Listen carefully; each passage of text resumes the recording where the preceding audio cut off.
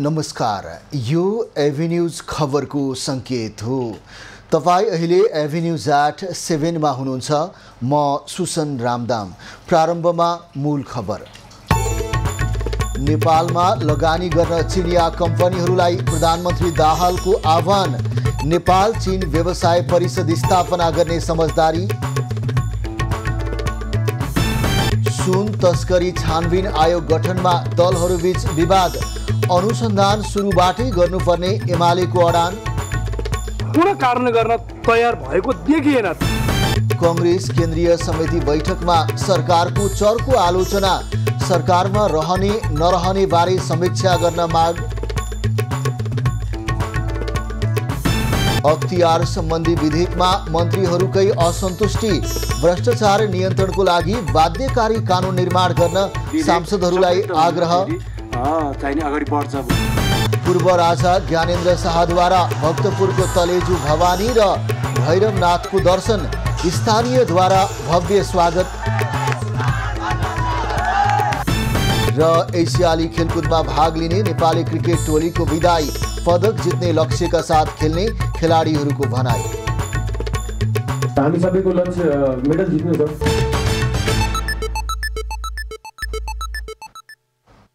अब खबरको सिलसिला प्रारम्भ गरौं। पूर्व राजा भक्तपुरमा सम्बन्धी प्रसङ्गबाट। पूर्व राजा ज्ञानेन्द्र शाहले भक्तपुरको तलेजु भवानी मन्दिर र भैरवनाथको दर्शन गरेका छन्। पूर्व राजा शाहले आज भक्तपुरको दरबार क्षेत्र पुगेर तलेजु भवानीको मन्दिर र भैरवनाथको दर्शन गरेका हुन्। सो क्रममा स्थानीयले राष्ट्रिय झण्डासहित पूर्व राजाको भव्य स्वागत गरेका थिए।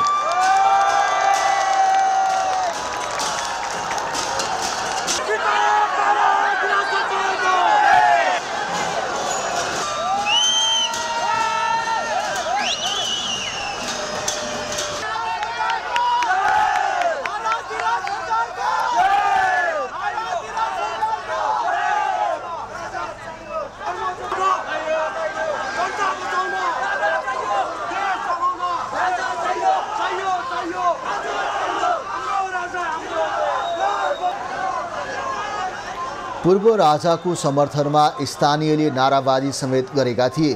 पूर्व राजा शाह दरबार स्क्वायर क्षेत्रको अवलोकन समेत गरेर फर्किएका थिए। प्रधानमन्त्री पुष्पकमल दाहालले आफ्नो चीन भ्रमण नेपाल र चीन बीचको आर्थिक साझेदारीलाई अझ प्रगाढ बनाउने अवसर भएको बताएका छन्। नेपाल उद्योग वाणिज्य महासंघ र China council for promotion of international trade CCPIT को आयोजनामा आज बेजिङमा भएको नेपाल चीन व्यापार सम्मेलनलाई सम्बोधन गर्दै प्रधानमन्त्री दाहालले आफ्नो भ्रमणले सम्बन्धलाई बलियो बनाउने बताएका हुन्। प्रधानमन्त्री दाहालले भ्रमणले दुई देशबीचको व्यापार व्यवसाय सम्बन्ध र लगानी सम्बन्धलाई बलियो बनाउन मार्ग प्रशस्त गर्ने समेत उल्लेख गरे। नेपाल उपयुक्त अवसरहरूको देश भएकाले व्यापार फस्टाउन सक्ने भन्दै चीनिया उद्यमी र लगानीलाई स्वागत गरिने सन्देश दिन आफू चीन भ्रमणमा आएको पनि उनले बताए। नेपालमा जलस्रोत, पर्यटन, उद्योग र बढ्दो ICT क्षेत्र लगानीका आकर्षक क्षेत्रहरू भएको भन्दै प्रधानमन्त्रीले चीनिया कम्पनीलाई लगानीका लागि आह्वान गरे। सम्मेलनले पारस्परिक हितको लागि उच्च र दिगो विकास हासिल गर्न दुई देशका निजी क्षेत्रहरूको बलियो सहकार्य निर्माणमा केन्द्रित हुनुपर्ने उनले सुझाव दिए। प्रधानमन्त्री दाहालले नेपालले चीनसँग पारस्परिक लाभका लागि आर्थिक साझेदारी बढाउन चाहनु स्वाभाविक रहेको बताए। उनले दुई देशको निकटता र भौगोलिक निकटतामा जोडिएका धेरै कुराबाट लाभदायक सहयोग प्रवर्धन गर्न सहयोग गर्न आवश्यक रहेको पनि उल्लेख गरे। सम्मेलनमा महासंघ अध्यक्ष चन्द्रप्रसाद ढकालले नेपालमा लगानीका अवसर, पर्यटन प्रवर्धन र निर्यात विस्तारका विषयमा धारणा राखे। नेपालमा चिनिया लगानी बढाउन र निर्यात प्रवर्धनको लागि सम्मेलन महत्त्वपूर्ण हुने उनको भनाइ थियो। सम्मेलनमा चीनका वाणिज्य मन्त्री वाङ बेन्तु, अन्तर्राष्ट्रिय व्यापार प्रवर्धन परिषदका अध्यक्ष नेपाल उद्योग वाणिज्य महासङ्घका पदाधिकारी कार्यक्रममा सहभागी थिए। सम्मेलनमा 120 जना चिनिया कम्पनीको सहभागिता थियो। नेपालका तर्फबाट महासङ्घ पदाधिकारी सहित करिब 50 जना व्यवसायीले सहभागिता जनाएका थिए। नेपाल चीन व्यवसाय परिषद अर्थात् नेपाल चाइना बिजनेस काउन्सिल स्थापना गर्ने समझदारी भएको छ। प्रधानमन्त्री पुष्पकमल दाहालको चीन भ्रमणको अवसरमा नेपाल उद्योग परिसंघ CNI र China council for promotion of international trade CCPIT बीच दुई देशबीच लगानी तथा द्विपक्षीय सहकार्य प्रवर्धन गर्न काउन्सिल स्थापना गर्ने समझदारी भएको हो। लगानी अभिवृद्धिका लागि नेटवर्किङका अवसरहरू सृजना गर्न स्थापना गरिएको नेपाल चाइना बिजनेस काउन्सिलको समझदारी पत्रमा CNI का अध्यक्ष राजेश कुमार अग्रवाल र CCPIT का उपाध्यक्ष चाङ साओगाङले हस्ताक्षर गरेका छन्। समझदारीसँगै नेपाल चाइना बिजनेस काउन्सिल मार्फत द्विपक्षीय आर्थिक सहयोग अभिवृद्धि गर्ने विश्वास गरिएको छ। यस्तै व्यापार तथा लगानीका अवसरहरूको पूर्ण सम्भावनाको सदुपयोग गर्ने र नेपाल चीन दुवैका व्यावसायिक समुदायको विकासका लागि सहरीकरणमा सहजता आउने विश्वास गरिएको छ। काउन्सिलले दुई देशबीच व्यावसायिक गतिविधिहरूलाई सुव्यवस्थित गर्न अनुसन्धान र अध्ययन सम्बन्धित पहलहरू सञ्चालन गर्नेछ। लगानी अभिवृद्धिका लागि नेटवर्किङका अवसरहरू सृजना गर्न, व्यावसायिक भ्रमण आदान प्रदान गर्न, सम्मेलन तथा संवाद लगायतका गतिविधि गर्ने जनाइएको छ। सुन तस्करी प्रकरणबारे छानबिन गर्न उच्चस्तरीय जाँचबुझ आयोग गठन गर्ने विषयमा दलहरूबीच कुरा नमिल्दा आयोग गठनमा ढिलाइ भएको छ। असोज 5 गते नै आयोग गठन गर्ने दलहरूबीच सहमति भए पनि आयोगको कार्यादेशका विषयमा विवाद हुँदा आज पनि जाँचबुझ आयोग बन्न सकेन। सत्तारूढ दल र प्रतिपक्षबीच आयोगको कार्यादेशका बारेमा पटक पटक छलफल भए पनि सहमति नजुटेको हो। सहमति नजुटेपछि शीर्ष तहमा नै छलफल गर्ने दलहरूको तयारी छ। आयोगको कार्यादेशका बारेमा आइतबार रक्षा मन्त्रालयमा प्रमुख दलका सचेतक बीच मौजूदा कानुन, घटनाको अनुसन्धान लगायतका विषयमा छलफल भएको थियो। सो क्रममा एमालेले सुन तस्करी प्रकरणको अनुसन्धान सुरुबाटै गर्नुपर्ने माग राखेको छ। सत्तारूढ दलहरूले भने CIBले गरेको अनुसन्धानलाई शून्यमा झार्न नहुने बताएका छन्। अनुसन्धान ब्युरोले अनुसन्धान गरिसकेको स्थिति छ भने त्यो अनुसन्धान भएको छ। त्यो अनुसन्धानलाई शून्यमा नसोचौँ। त्यो अनुसन्धानका माथि त्यो छानबिनको प्रतिवेदन पनि अध्ययन गरेर त्यसमा के कमी कमजोरी छ भने त्यसमा थप अध्ययन अनुसन्धान गरौँ। CIBले अनुसन्धान गरिराखेको छ, उसको अनुसन्धानमा डुप्लिकेसन नहोस्, सहयोगै पुगोस् भन्नका लागि यो समय राखेको होइन र भनेपछि यो बीचको तयारी सरकारको तहबाट भएन। आयोग भनेन, सम्झौताबाट सरकार पूर्ण कार्यान्वयन गर्न तयार भएको देखिएन। त्यसकारण यसमा हामीले प्रश्न गर्यौँ।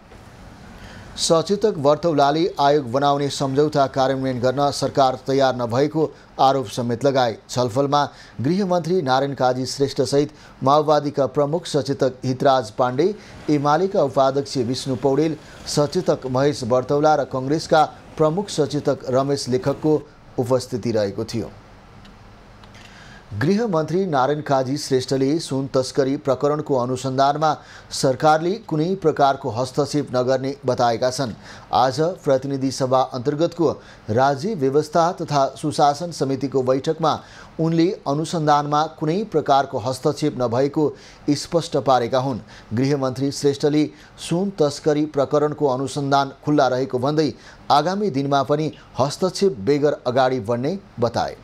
चाँडै हुन्थ्यो भन्ने कुरा पनि पोलिटिकल लिडरसिपलाई लाग्दालाई पनि CIBले आफ्नो प्रक्रिया अन्तर्गत अगाडि बढाउने सन्दर्भमा प्रोफेसनल्ली केही कुरा चाहिँ भनिराखेको छ होइन, त्यो आफ्नो ठाउँमा छ। तर म दृढतापूर्वक भन्न चाहन्छु CIB बा कुनै पनि प्रहरी संरचनालाई, संयन्त्रलाई अनुसन्धान गर्ने कुरामा कुनै हस्तक्षेप गरिँदैन। बरु तथ्य प्रमाणको आधारमा अनुसन्धानलाई व्यवस्थित ढङ्गले निष्कर्षमा पुग्ने अगाडि बढाऊ भनेर हामीले कडा निर्देशन दिएका छौँ। त्यसै अनुसार घटनाक्रम अगाडि बढ्छ। गृहमन्त्री श्रेष्ठले सर्लाही घटनालाई सरकारले गम्भीरतापूर्वक लिएको बताए। उनले समितिमा आफूलाई अकस्मात बोलाएको भन्दै असन्तुष्टि समेत जनाए। छलफलमा भाग लिँदै राष्ट्रिय स्वतन्त्र पार्टीका सभापति तथा सांसद रवि लामिछानेले सुन तस्करी प्रकरण प्रकरणमा सत्तारूढ दलका मानिसहरूमाथि गहिरो अनुसन्धान नभएको आरोप लगाए। नाम आएको छ, ती नामहरूमा गहिरोसँग अनुसन्धान नै भएन। पैसा पठाएको, पैसा रिसिभ गरेको मान्छेहरू, विदेशमा भएका मान्छेहरूको सूचना विभिन्न माध्यमबाट आउँछ, समाचार माध्यममा गएर आइसकेको हुन्छ, तर त्यसबारेमा कुनै सोधपुछ पनि हुँदैन। सामान्य सोधपुछ गरेर हामीले सोध्यौँ नि, हामीले बोलायौँ नि भनेर गरियो। सभापति लामिछानेले सरकारले गर्ने अनुसन्धान बम होला भन्ने अपेक्षा आफूहरूले गरेको भए पनि सलाईको काँटी जति पनि नपड्किएको टिप्पणी गरे। नेकपा एमालेका सांसद रघुजी पन्तले नेपाली सेनाका सहायक रथी यम बहादुर अधिकारीको म्याद थप गरिएको प्रति आपत्ति जनाए। प्रक्रियाबाट केही आपत्ति छैन। माओवादी पृष्ठभूमिबाट आएका कुनै पनि जो समायोजन भएको नेपाली सेनामा उनीहरूलाई पक्षपात गरिनु हुँदैन, तर पक्षपात गरिनु हुँदैन, उनीहरूलाई भेदभाव गरिनु हुँदैन भन्नुको साथसाथै उनीहरूलाई विशेष रूपले काखी चाप्ने काम गरेर सेनामा अरूको मनोबल घटाउने र गलत नजिर स्थापित गर्ने काम पनि त हुनु हुँदैन। त्यसैले रक्षा मन्त्रीले यो विषयमा जवाफ दिनुपर्छ। सांसद पन्तले सेनामा कुनै एक अधिकृतको दोस्रो पटक म्याद थप भएको यो पहिलो घटना भएको भन्दै यस विषयमा रक्षा मन्त्रीको जवाब समेत माग गरे।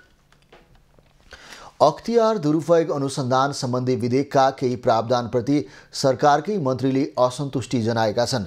आज संघीय संसद प्रतिनिधि सभा अन्तर्गतको राज्य व्यवस्था तथा सुशासन समितिको बैठकमा कानुन न्याय तथा संसदीय मामिला मन्त्री धनराज गुरुङले अख्तियार दुरुपयोग अनुसन्धान सम्बन्धी विधेयकका केही प्रावधानप्रति असन्तुष्टि व्यक्त गरेका हुन्। मन्त्री गुरुङले 5 वर्षभित्र कारबाही नचलाएको मुद्दा अघि नबढाउने भनी उल्लेख गरिएको विधेयकको प्रावधानप्रति असहमति राखेका हुन्। हामीले गरेको कुरा सबै ठिक हो भन्ने दम्भ र अहङ्कार ममा छैन, यति कुरा म निवेदन गर्न पनि चाहन्छु। त्यस कारणले गर्दाखेरि यहाँ चाहिँ नि एकदमै अब्बल माननीय सदस्यहरू हुनुहुन्छ, बौद्धिक सदस्यहरू हुनुहुन्छ, यहाँहरूको बौद्धिकताले पनि त काम पाउनु पर्यो नि। त्यस कारणले गर्दाखेरि यसबाट चाहिँ नि अझै यस विधेयक समृद्ध भनेर फेरि चाहिँ नि अगाडि बढ्छ भन्ने निवेदन गर्न चाहन्छु। मन्त्री गुरुङले नेपाल सरकारले पेश गरेको अख्तियार सम्बन्धी विधेयकको सो बुदामा आफ्नो सुरुदेखि नै ध्यानआकर्षण भएको उल्लेख गर्दै त्यसलाई परिष्कृत बनाउन सांसदहरूको ध्यानआकर्षण गराए। सञ्चार तथा सूचना प्रविधि मन्त्री रेखा शर्माले मुलुकमा भ्रष्टाचार नियन्त्रणका लागि बाध्यकारी कानुन निर्माण गर्न सांसदहरूलाई आग्रह गरे। साँच्चै यो पछिल्लो समयमा आएको सूचना प्रविधिको विकासले भएको एउटा सदुपयोग, यसलाई सदुपयोग गर्न नसक्दाखेरि भएको एउटा आम मिडिया क्षेत्रमा भएको देखा परेको समस्या पनि हाम्रा बिचमा छन्, च्यालेन्ज पनि छन्। त्यस कारणले गर्दाखेरिमा यी सबै विषयलाई हामीले व्यवस्थित ढङ्गले अगाडि बढाउन जरुरी छ र यो क्षेत्रलाई व्यवस्थित गर्न पनि जरुरी छ। यस क्षेत्रसँग सम्बद्ध नियम, कानुन ऐन यी सबै कुरालाई पनि हामीले व्यवस्थित ढङ्गले अगाडि बढाउन जरुरी नै छ। मन्त्री शर्माले सरकारले अख्तियार दुरुपयोग अनुसन्धान आयोगले नै भ्रष्टाचार उन्मूलन गरिदिन्छ भनेर नसोचेको समेत बताइन्। आयोगले भ्रष्टाचारका काण्डहरू खोजिदिने, कारबाहीका लागि सरकारलाई सिफारिस गरिदिने उल्लेख गर्दै त्यसलाई नियन्त्रण गर्ने काम सरकारकै भएको उनको भनाइ छ। मन्त्री शर्माले राम्रो कानुन निर्माण गर्ने र भ्रष्टाचार नियन्त्रण गर्ने काममा राज्य व्यवस्था तथा सुशासन समितिले महत्त्वपूर्ण योगदान पुर्याउने विश्वास समेत व्यक्त गरिन्। 60 किलो सुन तस्करी प्रकरणमा 29 जना विरुद्ध काठमाडौँ जिल्ला अदालतमा चलाइएको मुद्दामा 13 प्रतिवादीको बयान सकिएको छ। जिल्ला अदालतका न्यायाधीश माधव प्रसाद मैनालीको इजलासमा आजसम्ममा 13 जना प्रतिवादीको बयान सकिएको हो। 7 चिनिया नागरिकहरू याओ फुचेङ, ली वेनसुङ, ली नेङकाई, डिङ सेक्फा, जिक्वाङ लिन, टियान मी र वेन तोङको बयान पुरा भएको अदालत प्रशासनले जनाएको छ। तिब्बती मूलका भारतीय नागरिक 53 वर्षीय थाप्तिन छिरिङसँग र बेल्जियन नागरिक दावा छिरिङको पनि बयान सकिएको छ। अन्य प्रतिवादी हर्कराज राई र भन्सार एजेन्ट रुक्मिना सुब्बा, कृष्ण श्रेष्ठ र ट्रान्स ग्लोबल सर्भिसका सञ्चालक पुष्कर राज भट्टको समेत बयान सकिएको छ। सङ्गठित अपराधमा 60 दिन अनुसन्धान सकेर प्रकरणमा प्रतिवादी बनाई मुद्दा चलाइएका मध्ये 9 विदेशी सहित 18 जना फरार छन्। उक्त 60 केजी र त्यसअघि विमानस्थलबाटै भएको 9 केजी सुन तस्करी प्रकरणमाथि जाँचबुझ गर्न दलहरूले उच्चस्तरीय आयोग गठन गर्ने तयारी सुरु गरेका छन्।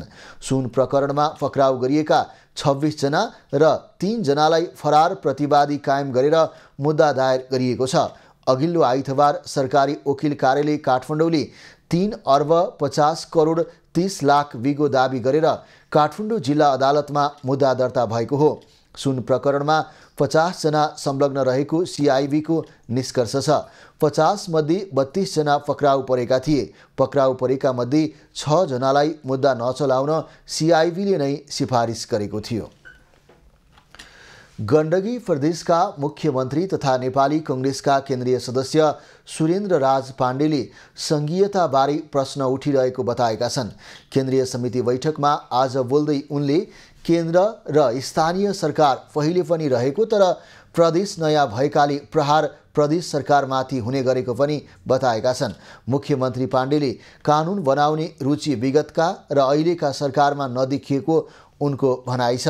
केन्द्रीय सदस्य विनोद चौधरीले पार्टीले देश विकासको स्पष्ट खाका तयार गर्नुपर्नेमा जोड दिए। राजनीतिक विषयले मात्रै मुलुक बन्न नसक्ने दाबी गर्दै पार्टीले आगामी 10 वर्षको विकासको खाका सार्वजनिक गर्नुपर्ने उनले बताए। केही गर्न खोज्ने सक्षम अनुभवी व्यक्तिहरूलाई कन्फ्लिक्ट अफ इन्ट्रेस्टका नाममा पाखा लगाउने गरिएको भन्दै चौधरीले असन्तुष्टि व्यक्त गरे। केन्द्रीय सदस्य प्रदीप पौडेलले देशको आर्थिक अवस्था डामाडोल भएको बताए। देशको आर्थिक अवस्था सन्तोषजनक नभएको भन्दै सरकार, निजी क्षेत्र र आम नागरिकबीच सहकार्य आवश्यक भएको उनको भनाइ छ। नेपाली कांग्रेसका केन्द्रीय सदस्य तथा अनुशासन समितिका संयोजक आनन्द ढुङ्गानाले प्रमाणका आधारमा मात्रै अनुशासनको कारबाही गर्ने गरिएको बताए। अनुशासन समितिले गरेका कामको बचाउ उनले गरेका हुन्। केन्द्रीय समिति बैठकमा धारणा राखेका अधिकांश केन्द्रीय सदस्यहरूले नेकपा माओवादी केन्द्रका अध्यक्ष दाहाल नेतृत्वको अहिलेको सरकारमा रहने कि नरहने गम्भीर समीक्षा गर्न माग गरेका छन्। केन्द्रीय सदस्य राजीव ढुङ्गानाले सरकार अहिले के गरिरहेको छ त्यसको समीक्षा गरिनुपर्ने बताए। अर्का केन्द्रीय सदस्य भीम पराजुलीले सहमहामन्त्री महेन्द्र यादवमाथि खुकुरी प्रहार घटनामा सरकारमा सम्मिलित नेताहरूको धारणा मागी। कोशी प्रदेशमा सरकारको स्थिरताको लागि राष्ट्रिय प्रजातन्त्र पार्टीसँग निर्णायक वार्ता गरी नयाँ समीकरण निर्माण गर्नुपर्ने पराजुलीको भनाइ छ। केन्द्रीय सदस्य लक्ष्मी परियारले आर्थिक सङ्कटका कारणले आपराधिक घटना हुने गरेको बताइन्। नेपाली कांग्रेसका नेता शङ्कर भण्डारीले नेपाली शब्दकोशबाट ओम शब्द नहटाउन चेतावनी दिए। उनले सदियौँदेखि रहेको वैदिक सनातन धर्म विरुद्धमा सनातनीहरूलाई जिस्काउने र अपमान गर्ने काम भइरहेको भन्दै आपत्ति जनाए। केन्द्रीय सदस्य शिव प्रसाद हुमागाईले आफूलाई हराउन पार्टीकै जिम्मेवार नेता लागेको आरोप लगाए। नेपाली कांग्रेसका सभापति एवं पूर्व प्रधानमन्त्री शेरबहादुर देउवाले जातको आधारमा भोट हाल्ने चलन हट्नु राम्रो भएको बताएका छन्। आइतबार काठमाडौँमा आयोजित एक कार्यक्रममा सभापति देउवाले मतदाताले जातको आधारमा भन्दा पनि विज्ञ देशको सेवामा लाग्ने व्यक्ति छनौट गरेर भोट हाल्ने चलन बढेको भन्दै खुसी व्यक्त गरेका हुन्। उनले जनताले जाति भन्दा पनि देशलाई सहयोग गरिरहेको भन्दै प्रशंसा गरे। पनि जातको आधारमा भोट हाल्ने भन्दा पनि व्यक्तिको आधारमा भोट हाल्ने चलन छ अहिले। त्यस कारण चाहिँ मैले अहिले चाहिँ मान्छेहरूले बुझेका छन्। हिजो अस्ति चाहिँ जातको कुरा भए तापनि अब सब हटिसकेका छ। जो योग्य व्यक्ति छ, जो सेवा गर्छ, जो सहयोग गर्छ, जो काम गर्छ, डेडिकेटेड छ, त्यसलाई भोट हाल्ने पद्धति बढेको छ। यो चाहिँ राम्रो कुरा हो। नेपालमा नेपाली जनताहरूले त्यस्तो किसिमको जाति भन्दा पनि त्यसलाई पनि सहयोग गर्ने खोजेका छन्। त्यस कारणले पनि चाहिँ मलाई विश्वास छ। सभापति देउवाले पार्टीले धेरै कुरा गर्न नसकेको भए पनि मुस्लिम धर्मावलम्बीहरूका लागि समानुपातिक समावेशी हिसाबले आरक्षण गरेको पनि उल्लेख गरे। कार्यक्रममा कांग्रेस महामन्त्री गगन थापाले संसदमा पेश गरिएको शिक्षा विधेयक सच्याउनु पर्ने बताए। उनले कांग्रेस संसदमा सबैभन्दा ठूलो पार्टी भएको नाताले हरेक विधेयकलाई समृद्ध बनाउन महत्त्वपूर्ण भूमिका खेल्नुपर्ने मागहरू छन् जुन जायज छन्। शिक्षा विधेयक भर्खर संसदमा दर्ता भएको छ। पर्सि आज भोलि राखिएको थियो। पार्टीको बैठक लम्बिएको कारणले गर्दा हामीले यसलाई पर्सि सारेका छौँ। काङ्ग्रेसका सांसदहरू, काङ्ग्रेसका केन्द्रीय सदस्यहरू बसेर यो विधेयकलाई हामी अझै यसलाई परिष्कृत, अझै समृद्ध कसरी बनाउन सकिन्छ भनेर छलफल गर्छौँ। महामन्त्री थापाले मुलुकमा नियोजित रूपमा सामाजिक सद्भाव बिथोल्ने प्रयास भइरहेको उल्लेख गर्दै त्यसलाई रोक्ने काममा पार्टीको सिङ्गो पङ्क्ति लाग्नुपर्नेमा जोड पनि दिए। चिकित्सा शिक्षातर्फ MBBS अध्ययनरत ब्यारियरमा परेका विद्यार्थीहरूले एकपटक मौका परीक्षा दिने व्यवस्था मिलाइदिन त्रिभुवन विश्वविद्यालय चिकित्सा शास्त्र अध्ययन संस्थानसँग माग गरेका छन्।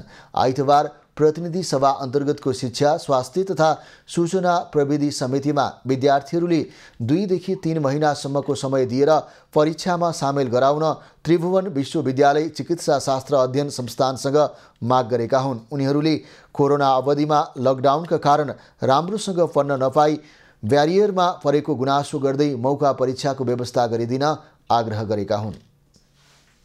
त्रिभुवन विश्वविद्यालय चिकित्सा शास्त्र अध्ययन संस्थानका सहायक डिन प्राध्यापक डाक्टर प्रेम गेवालीले भने ब्यारियर सिस्टम राखेर मौका परीक्षा दिन नहुने बताए। मेडिकल सेक्टरमा ब्यारियर प्रणाली हटाए यसले गुणस्तरमा नै असर पर्ने उनको भनाइ छ। नेपाल मेडिकल काउन्सिलका अध्यक्ष डाक्टर भगवान कोइरालाले ब्यारियर सिस्टमको नियम बनाए त्यसको सहजता हुने बताए। उनले 3 वर्ष, 4 वर्ष, 5 वर्ष के हो भनेर स्पष्ट पार्नुपर्ने पनि बताए। समितिमा सांसदहरूले ब्यारियरमा एकरूपता ल्याउने जिम्मा कसको हो भन्दै प्रश्न गरेका थिए। सरकारसँग भएको सहमतिप्रति असन्तुष्टि जनाउँदै राहत शिक्षकले राजधानी केन्द्रित प्रदर्शनलाई निरन्तरता दिएका छन्। आन्दोलनरत शिक्षकहरूले शुक्रबार नै बाँकी कार्यक्रम फिर्ता लिए पनि बाल विकास केन्द्रमा अध्ययन गराउने शिक्षकले भने आज पनि काठमाडौँको माइतीघरदेखि नयाँ बानेश्वरसम्म प्रदर्शन गरेका छन्। सरकार र शिक्षक महासंघ बीच भएको 7 बुँदे सहमतिमा राहत शिक्षकमा माग सम्बोधन नभएको प्रदर्शनमा सहभागी शिक्षकको भनाइ छ। हामीले धोका दियौं शिक्षक साथीहरूलाई, हामीबाट गम्भीर अपराध भयो, हामीले गम्भीर धोका दियौं। त्यही भएर हामी आत्मालोचना गर्न चाहन्छौँ र अब हामी सम्झौतालाई नयाँ सिराबाट सुरु गर्छौँ। तपाईहरु सबैको माग मुद्दालाई सम्बोधन गराउन हामी पहल गर्छौँ। हामी सम्बोधन नगराएसम्म आन्दोलनबाट पछि हट्दैनौँ भन्नुहुन्छ भने ठिकै छ, हामी सोचौँला। अन्यथा तपाईहरुलाई यो सडकको जमात तपाईहरु हेर्दै हुनुहुन्छ होला, कुना काप्चामा बसेर उहाँहरु त भागिसक्नुभयो। राज्यले यो राहत शिक्षकहरूको माग र मुद्दालाई जबसम्म आफ्नो एनमा ल्याउँदैन तबसम्म राहत शिक्षकहरूले छोड्ने छैनन्। साथै अन्य साथीहरूले पनि यसलाई निरन्तर रूपमा सहयोग गरिरहनु भएको छ। स्थायी साथीहरूले पनि ऐक्यबद्धता जनाइरहनु भएको छ। त्यस कारणले गर्दाखेरि यो आन्दोलन हाम्रो निष्कर्षमा नपुगुन्जेलसम्म जारी रहनेछ। प्रदर्शनमा सहभागी शिक्षकहरूले नेपाल शिक्षक महासंघ विरुद्ध नै नाराबाजी गरेका छन्। सरकारसँगको वार्तामा राहत शिक्षकका मागमा महासंघ नबोलेको उनीहरूको आरोप छ। खबरको सिलसिला अझै जारी छ, हामीसँगै रहनुहोला। अब बाँकी खबर।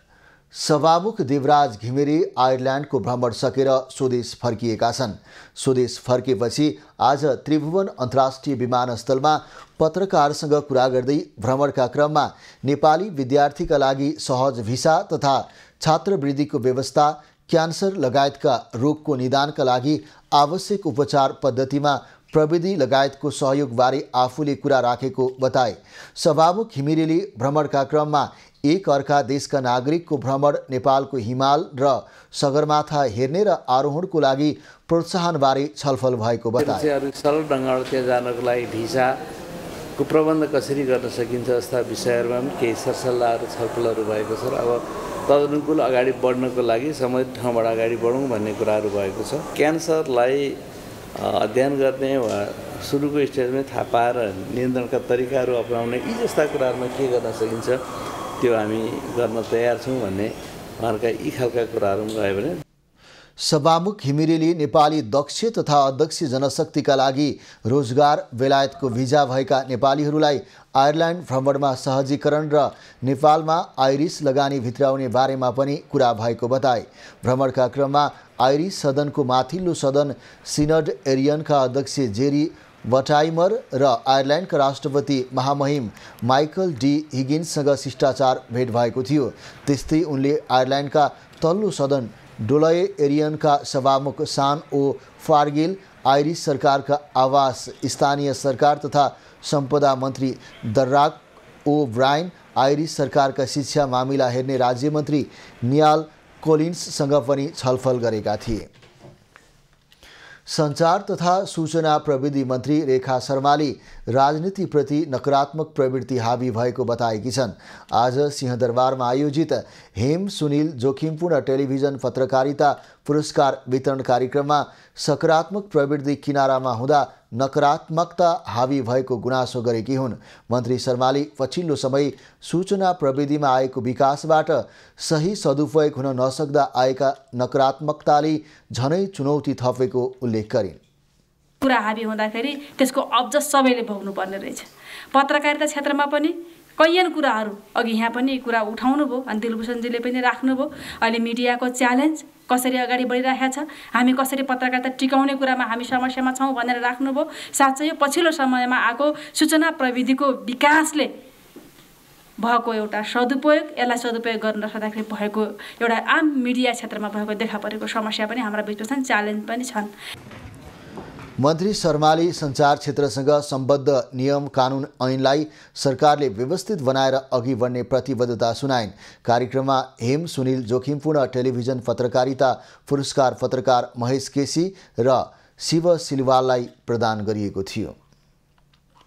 जिल्ला प्रशासन कार्यालय सर्लाहीले सदरमुकाम मलङ्गवामा जारी गरेको अनिश्चितकालीन कर्फ्यू आज चौथो दिन पनि जारी छ। धार्मिक समूहका नाममा सामाजिक सद्भाव बिथुल्ने प्रकारका क्रियाकलाप हुन थालेपछि स्थानीय प्रशासनले गएको बिहिबार रातिदेखि मलङ्गवामा अनिश्चितकालीन कर्फ्यू आदेश जारी गरेको हो।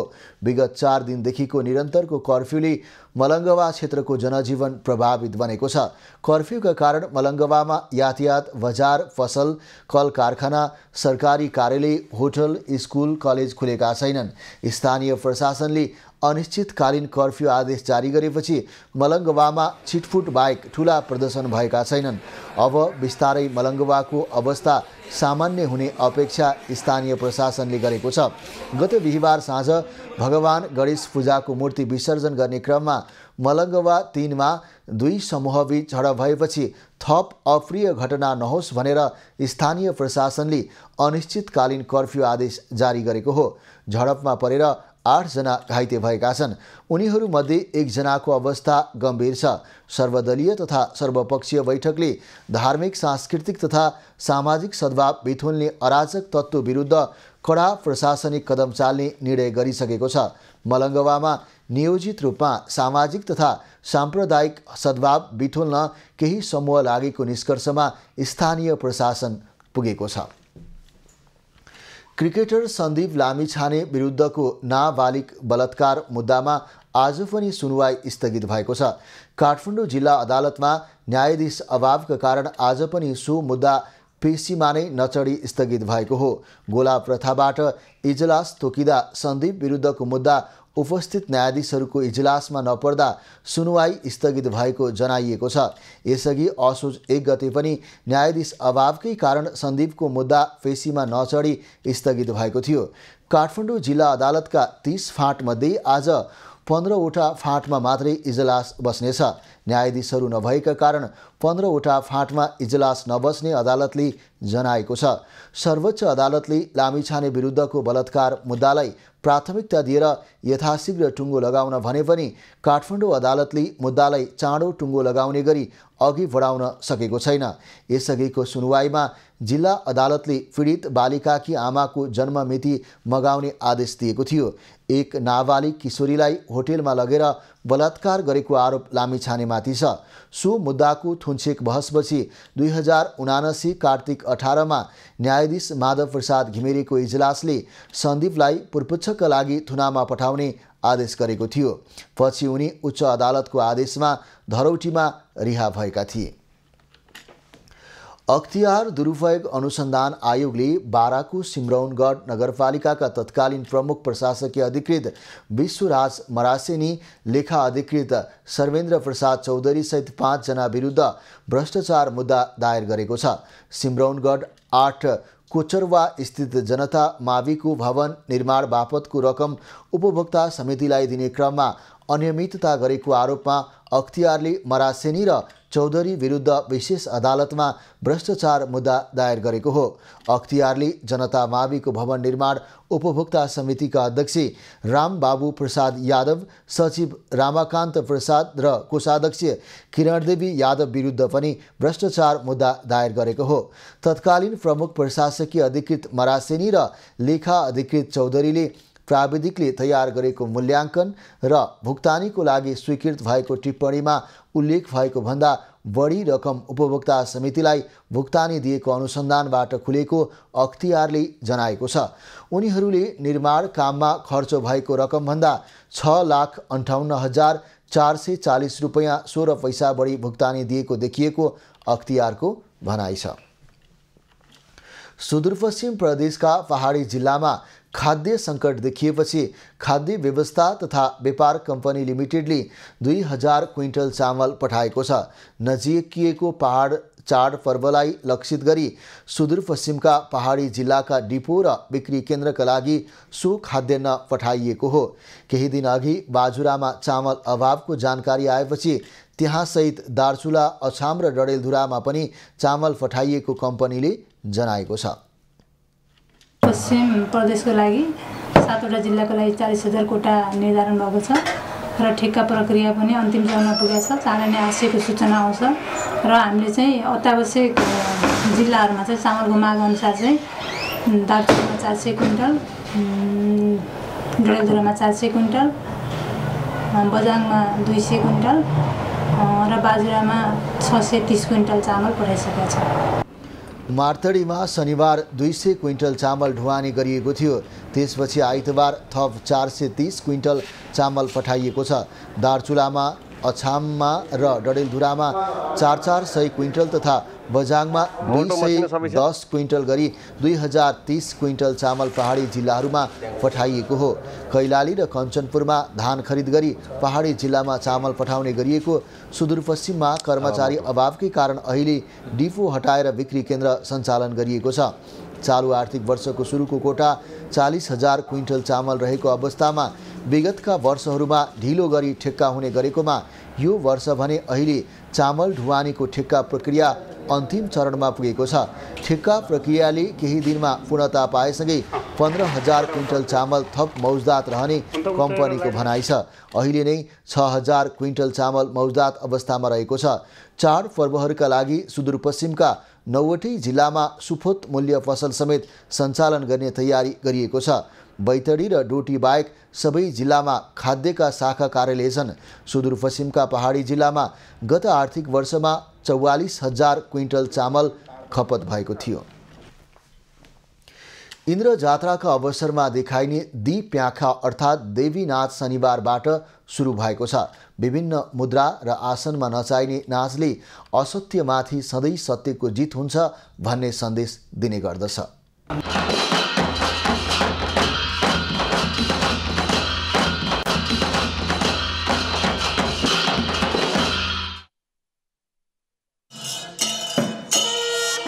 इन्द्रजात्राको अवसरमा दवलीहरूमा प्रदर्शन गरिने दीप्याख अर्थात् देवी नाच सुरु भएको छ। श्रावण शुल्क चौथीका दिन पहिलो पूजा गरेर नृत्य परीक्षण सुरु हुन्छ। यस नाचमा पात्रहरूलाई देवी शक्ति प्राप्त होस् भनेर पूजा गर्ने गरिएको छ। काया अष्टमीका दिन पिडने नामको तेस्रो पूजा गरेर मुकुट, मुकुण्डो, घुङ्गुरा र पोसाक सहितको नृत्य गरिएको हो। किलागलमा यो नाच देखाउनुको आफ्नै मान्यता छ। दीप्याखलाई अब देवी नाच पनि भन्छ।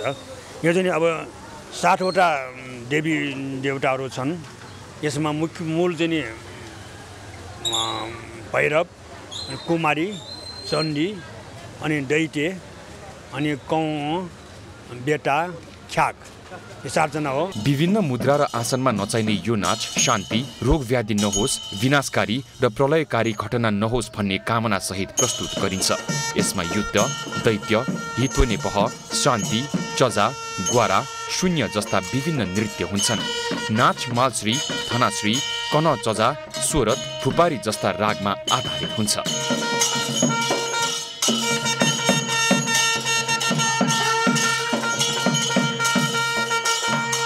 यो नाच इन्द्रध्वज उत्थान गर्नु अगाडि बसन्तपुरको कागेश्वरी महादेव मन्दिर अगाडिको डबलीमा नचाउने परम्परा छ। त्यसपछि इन्द्रध्वज थडाएपछि इन्द्रजात्रा औपचारिक रूपमा सुरु भएको मानिन्छ। इन्द्रजात्राका दिन जैसी देवल अगाडिको डबलीमा नाच देखाइन्छ। कुमारीको रथ यस ठाउँमा आएपछि रथ रोकेर कुमारीलाई पनि नाच देखाउन चलिन्छ।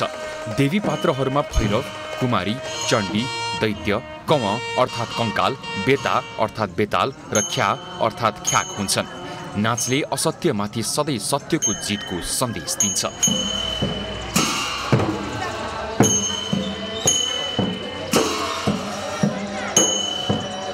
बुलुकिसी, आकाश भैरव, लाखे जस्ता नाच कुमारीको रथ अगाडि पछाडि नचाइन्छ भने यो देवी नाच विभिन्न डबलीहरूमा मात्र नचाइन्छ। 7 जना देवता, 7वटा बाजा र 7 तालमा नाच्नु यस नाचको विशेषता हो। नाचका समयमा खी बाजा, धा बाजा, न्याखी, छुस्या, सिन्याल, ता, भुस्या, पाङ्गा लगायत बाजा बजाइन्छ। काठमाडौँको किलाकल टोलबाट प्रदर्शन गरिने दिप्याख अर्थात् देवी नाच इन्द्रजात्राका बेला प्रदर्शनी हुने नाचमध्ये एक हो। काठमाडौँमा प्रदर्शनी हुने लाखी, बुलुकिसी, महाकाली, सवफकु मध्ये यो नाच इन्द्रजात्रामा प्रदर्शनी हुने मध्ये सबैभन्दा लामो देवी नाच हो। इन्द्रजात्राको पहिलो दिन काठमाडौँ हनुमान ढोकामा लिङ्गो उठाउने बेला हनुमान ढोकामै यो नाच प्रदर्शन गर्ने चलन छ। इन्द्रजात्राको सुरुवात हुँदैछ भन्ने जनाउ दिन यो नाच देखाउने प्रचलन छ।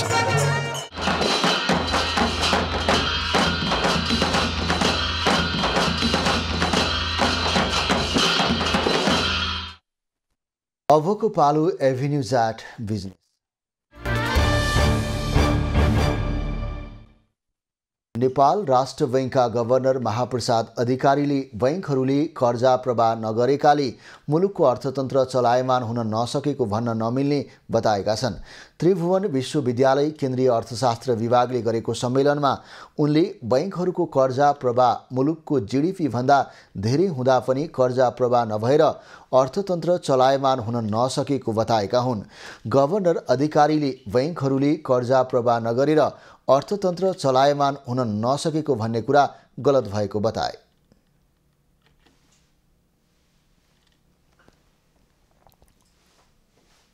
गभर्नर अधिकारीले अर्थतन्त्र चलायमान हुँदा मात्रै बैंकहरूले कर्जा दिने बताए। बैंकहरूले कर्जा दिएर मात्रै अर्थतन्त्र चलायमान हुने भन्ने भ्रममा बस्न नहुने उनको भनाइ छ। नेपालको अर्थतन्त्रमा धेरै मनी सप्लाई भएको वर्ष थोरै मूल्य वृद्धि भएका उदाहरणहरू रहेको गभर्नर अधिकारीको भनाइ छ। उनले पछिल्लो समय विश्वका केन्द्रीय बैंकहरूले अर्थतन्त्रलाई स्थायित्व दिन र मूल्य वृद्धि नियन्त्रणको लागि नीतिगत रूपमा कडाइका साथ उभिएको बताए। मुलुकको मूल्य वृद्धि नियन्त्रणमा राष्ट्र बैंकको पनि महत्त्वपूर्ण भूमिका हुने गरेको गभर्नर अधिकारीको दाबी छ। उनले राष्ट्र बैंकको गभर्नर र अर्थमन्त्री निरन्तर रूपमा आत्मनिर्भर अर्थतन्त्र बनाउने नीति बनाउन लाग्न आवश्यक रहेको बताए। नेपालकै अग्रणी डीटीएच सेवा प्रदायक डिस होमले दशैं तिहारलाई लक्षित गर्दै आफ्नो नयाँ योजना सार्वजनिक गरेको छ। हरेक हप्ता सुपरस्टार सिजनकै मेगा स्टार नामक अफर डिस होमले सार्वजनिक गरेको हो। नयाँ जडान अथवा रिचार्जमा ग्राहकहरूले हरेक हप्ता लकी ड्र मार्फत नगद 1 लाख प्राप्त गर्न सक्ने अफर डिस होमले ल्याएको हो। विजेताले मिडिया कभरेज प्राप्त गर्न र सेलिब्रेटी झैँ जीवनशैली अनुभव गर्न सक्ने डिस होमले दाबी गरेको छ। अभियानका बम्पर विजयी ग्राहकले सिजनकै मेगा स्टार बन्ने मौका प्राप्त गर्नेछन्, जसमा नगद 10 लाख, मिडियामा प्रसिद्धि र सेलिब्रेटी झैँ जीवनशैलीको अनुभव पनि गर्न पाउनेछन्। अभियानमा सहभागी हुनको लागि ग्राहकहरूले डिस होमको नयाँ कनेक्सन वा डिस होम रिचार्ज गर्नुपर्ने हुन्छ। सुपरस्टारको छनौट हरेक हप्ताको सोमबार सार्वजनिक हुनेछ। अबको पालो कृषि खबर। खाद्यान्न उत्पादन, भण्डारण तथा वितरणको उद्देश्यले भोजपुरमा पनि खाद्य बैंकको स्थापना गरिएको छ। पछिल्लो समयमा यहाँका पोषणयुक्त रैथाने बालीको संरक्षणसँगै कृषि क्षेत्रमा काम गर्न बैंकको स्थापना गरिएको हो। भोजपुरका सबै स्थानीय तह, कृषक, कृषि सहकारी लगायतसँगको सहकार्यमा रैथाने बालीको विकास तथा संरक्षण गरिने पत्रकार सम्मेलन मार्फत बैंकका अध्यक्ष शङ्करनाथ उप्रेतीले बताए। कृषिमा बाहिरबाट हुने आयात घटाएर प्राङ्गारिक उत्पादनमा जोड दिँदै रैथाने बालीको संरक्षण गरिने अध्यक्ष उप्रेतीको भनाइ छ। खास गरेर कोदो, फापर, जौँ, चिनो, कागुनोसँगै धान, मकै, आलु लगायतको पनि रैथाने बालीको खोजी तथा संरक्षणको योजना बैंकले राखेको छ। भोजपुरका 9वटै स्थानीय तहका 81वटा ओडामा कृषि लक्षित कार्यक्रम गरिने बैंकले जनाएको छ। कृषिलाई सम्मानित र मर्यादित पेशा बनाएर कृषकको आर्थिक अवस्थामा परिवर्तन गर्दै समृद्धिको अभियानमा जुट्ने जनाइएको छ। उत्पादक र उपभोक्ता सिधै बैंकसँग जोडिने भएकाले कृषकहरूले बिचौलियाको मारबाट उन्मुक्ति पाउने बताइएको छ। जनस्तरबाट 2 अर्ब लगानीमा स्थापना भएको बैंकले हालसम्म 22वटा जिल्लामा कृषिको क्षेत्रमा काम गर्दै आएको छ। कोशी प्रदेशका भोजपुरसहित 5वटा जिल्लामा कृषि सम्बन्धी काम गर्ने जनाइएको छ। पूर्वी पहाडी जिल्लाका किसानलाई यति बेला अलैँची टिप्न भ्याइ नभ्याइ भएको छ। प्रमुख नगदी बालीको रूपमा रहेको अलैँची पाक्न थालेपछि किसानलाई टिप्न भ्याइ नभ्याइ भएको हो। अलैँची थन्क्याउने मौसम भएकाले अहिले किसानहरू टिप्न, छोडाउन र सुकाउन व्यस्त बनेका छन्। कामको सिलसिलामा जिल्ला बाहिर रहेका तथा सहर पसेका किसानहरू अलैँची पाक्न थालेपछि गाउँ फर्किएका छन्। हिजो आज गाउँमै रहेका र बाहिरबाट फर्किएका किसानहरू अलैँची टिप्नमा व्यस्त बनेका हुन्। अलैँची पाक्न थालेपछि थन्क्याउन अर्थात् टिप्नलाई ढिलो भएमा चरा मुसाले खाएर नोक्सानी गर्ने भएकाले यति बेला किसानलाई भ्याइ नभ्याइ भएको हो। औल अर्थात् 1200 मिटरसम्मको उचाइमा लगाइएको अलैँची भदौ पहिलो सातादेखि नै टिप्ने गरिन्छ। यस्तै 1200 देखि 1800 सम्मको उचाइमा लगाइएको अलैँची असोज पहिलो सातादेखि टिप्न सुरु गरिन्छ। 1800 देखि माथि लेक क्षेत्रमा कार्तिकदेखि अलैँची टिप्ने गरिएको किसानको भनाइ छ। यस वर्ष अलैँचीको मूल्य पनि राम्रो आएकाले अलैँची किसान उत्साहित भएका छन्। खबरको सिलसिला अझै जारी छ, हामीसँगै रहनुहोला। अबको पालो एभिन्यूज एट स्पोर्ट्स।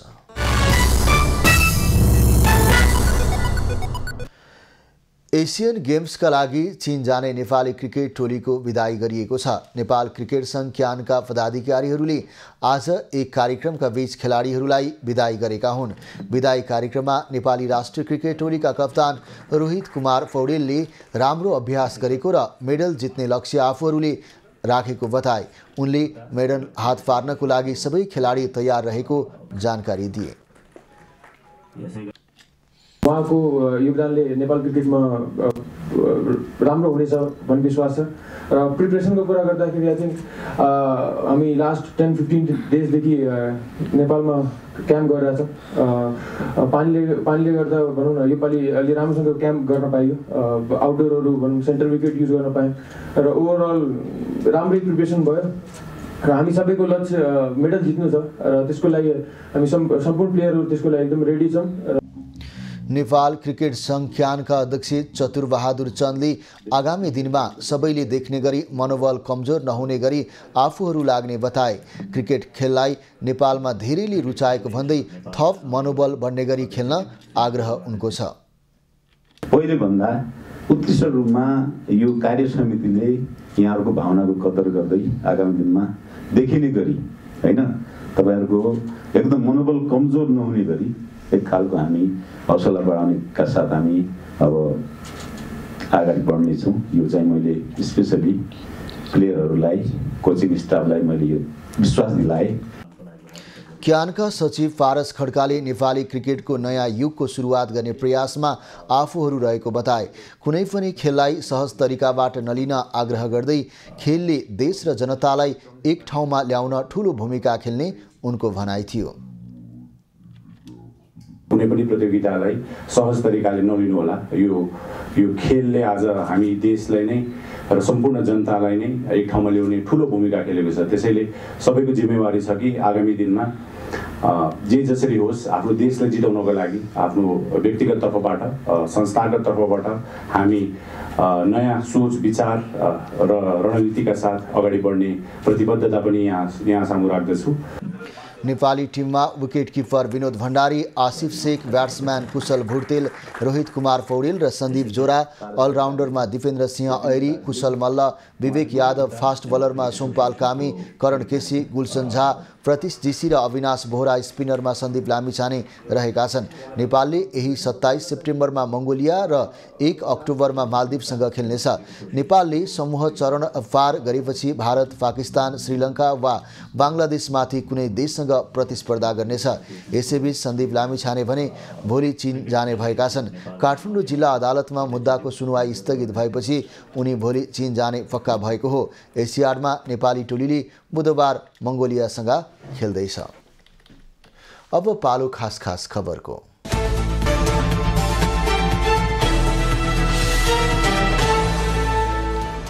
यो वर्ष नेपालमा डेङ्गु संक्रमितको सङ्ख्या 29,000 नजिक पुगेको छ। एपिडेमियोलोजी तथा रोग नियन्त्रण महाशाखाका तथ्याङ्क अनुसार जनवरी यता हालसम्म 28,803 जनामा डेङ्गु संक्रमण पुष्टि भएको छ। जुलाई यता 15 जनाको मृत्यु भएको छ। सबैभन्दा धेरै कोशी प्रदेशमा 21,517 जना संक्रमित भएका छन्। नेपाली कांग्रेसका महामन्त्री गगन थापाले काठमाडौँ महानगर र अभियन्ता बीच संवादको आग्रह गरेका छन्। फुटपाथ व्यवसायीको विस्थापनको मुद्दालाई लिएर राष्ट्रिय सभागृह बाहिर 6 दिनदेखि निरन्तर लगायतका अभियन्ता आन्दोलनरत छन्। फुटपाथ व्यवसायीको विस्थापन नभएर उचित व्यवस्थापन हुनुपर्छ भन्ने मागका विषयमा सहरको अन्य आवागमनलाई असर नपर्ने गरी व्यवस्थापन गर्न सकिने ठाउँ रहेको थापाको भनाइ छ। अहिलेलाई खबरको क्रम यति नै। एभिन्यूज खबरका यी सहित अन्य विस्तृत खबरको लागि www.avnews.tv लगन गर्न सक्नुहुनेछ। युट्युब, फेसबुक र ट्विटरमा पनि हामीलाई फलो गर्न सकिनेछ। खबरभित्रको खबरको लागि हेर्दै रहनुहोला एभिन्यूज खबर। नमस्कार।